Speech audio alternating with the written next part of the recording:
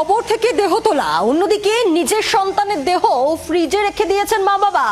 কারণ যে দাবি করছে স্কুল কর্তৃপক্ষ, সে দাবি মানতে পারছেন না তারা। মালদার কথা বলছে, মালদার মানিকচকে স্কুলের হোস্টেলে অষ্টম শ্রেণীর ছাত্রের রহস্য মৃত্যু হয়।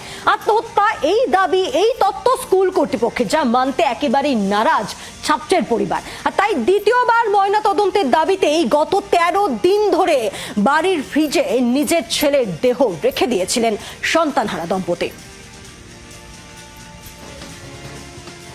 13 দিন পার, এখনো ছেলের শেষকৃত্য করেননি মা বাবা। বাড়ির ফ্রিজেই রেখে দিয়েছেন সন্তানের দেহ। এই ঘটনায় শোরগোল পড়ে গিয়েছে মালদার মানিকচকে।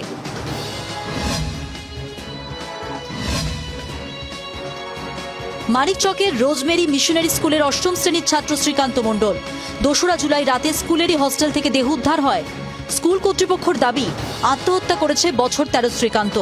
ময়নাতদন্তের রিপোর্টেও আত্মহত্যার কথা বলা হয়, যদিও ছেলে আত্মহত্যা করেছে বলে মানতে নারাজ মা বাবা। তাঁদের পাল্টা দাবি, স্কুল কর্তৃপক্ষের অত্যাচারের জেরে মৃত্যু হয়েছে শ্রীকান্তর। পুলিশ মূল অভিযুক্তদের আড়াল করার চেষ্টা করছে বলে অভিযোগ। আজকে 12 দিন হয়ে গেল, এখনো গ্রেপ্তার করা হয়নি, আবার স্কুল চলতিছে। আইসি স্যারকে বললাম, স্যার আমাদের পোস্টমর্টমের রিপোর্ট দেন। তো রিপোর্ট দিয়েছে, বলছে তোমার ছেলে সুসাইড হ্যাঙ্গিং করেছে আনাদার। তো বলছে আরো কিছু বের হতে পারে। তো আমরা চাইছি যে এটা যে আমার ছেলের সূক্ষ্ম বিচার। ইতিমধ্যেই কলকাতা হাইকোর্টের দ্বারস্থ হয়েছে মৃত ছাত্রের পরিবার। দ্বিতীয়বার ময়না তদন্তের জন্য ছেলের দেহ বাড়ির ফ্রিজে রেখে দিয়েছেন সন্তানহারা দম্পতি। প্রতিদিন পালা করে এই ফ্রিজ পাহারা দিচ্ছেন স্থানীয়রা। মেরে ফেলেছে মাস্টার, মেরে ফেলেছে। এবার আমরা সূক্ষ্ম বিচার চাই, যে মাস্টারের ফাঁসি চাই, আর না হলে আমাকে বিচার বুঝিয়ে দাও। স্কুল ছাত্রের রহস্য মৃত্যুতে জড়িয়ে গিয়েছে রাজনীতিও। শুরু বিজেপি তৃণমূল তরজা। যে এখন পর্যন্ত প্রশাসনিকভাবে সেই রোজমেরি মিশনারি স্কুলের যে কর্তৃপক্ষ মালিক সাজির হোসেনকে অ্যারেস্ট করা হয়নি। কি কারণে মারা গেল পুলিশ এখনো অধরা। পুলিশের পূর্ণাঙ্গ তদন্তই করতে পারছে না।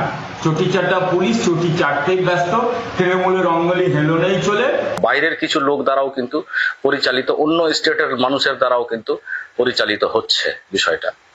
এতদিন ধরে একটা বডি আটকে রাজনীতি করা একবারে সামাজিক ব্যাধির মতো বিজেপি এগুলো করছে। মানিকচকের ঘটনায় স্থানীয় পুলিশ প্রশাসনের ভূমিকা নিয়েও প্রশ্ন উঠতে শুরু করেছে।